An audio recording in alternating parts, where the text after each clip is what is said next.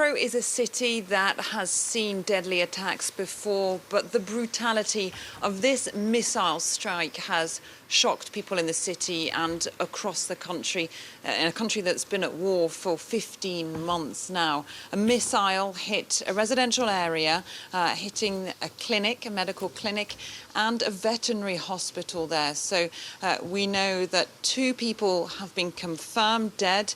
They're still searching for others missing, perhaps beneath the rubble.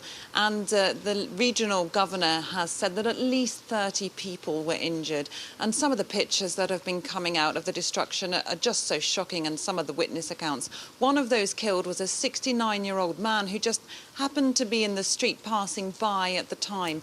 2 of those taken to hospital were children, young children, aged 3 and 6. And from the veterinary hospital, incredibly graphic witness accounts coming out of there of the remains of killed animals being carried out by the staff. I mean, I apologise for the graphic detail. It is upsetting, but this is the reality of these strikes that continue to hit Ukrainian cities.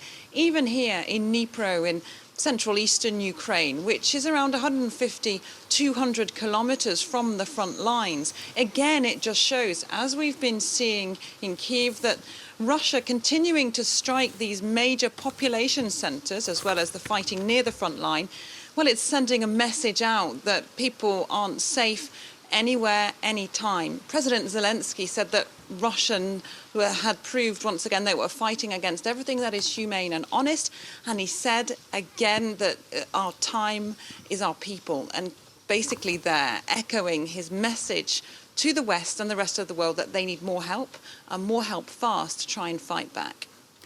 Catherine, this morning you were at Bakhmut, near to that place which of course has now been occupied by the Russians, if we are to believe what Wagner is saying, although we understand Ukraine still holding on to what's been described as a micro-district. You've been there. Tell us what the situation is. Yeah, it's really unclear what's going on inside the city of Bakhmut itself. I mean, the Ukrainians have been insisting they still hold a tiny pocket there on the western fringes of the town.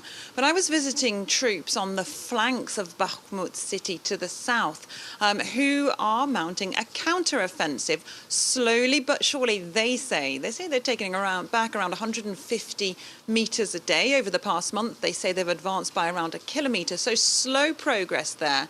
But they're basically at full swing. They're not taking leave from the front line.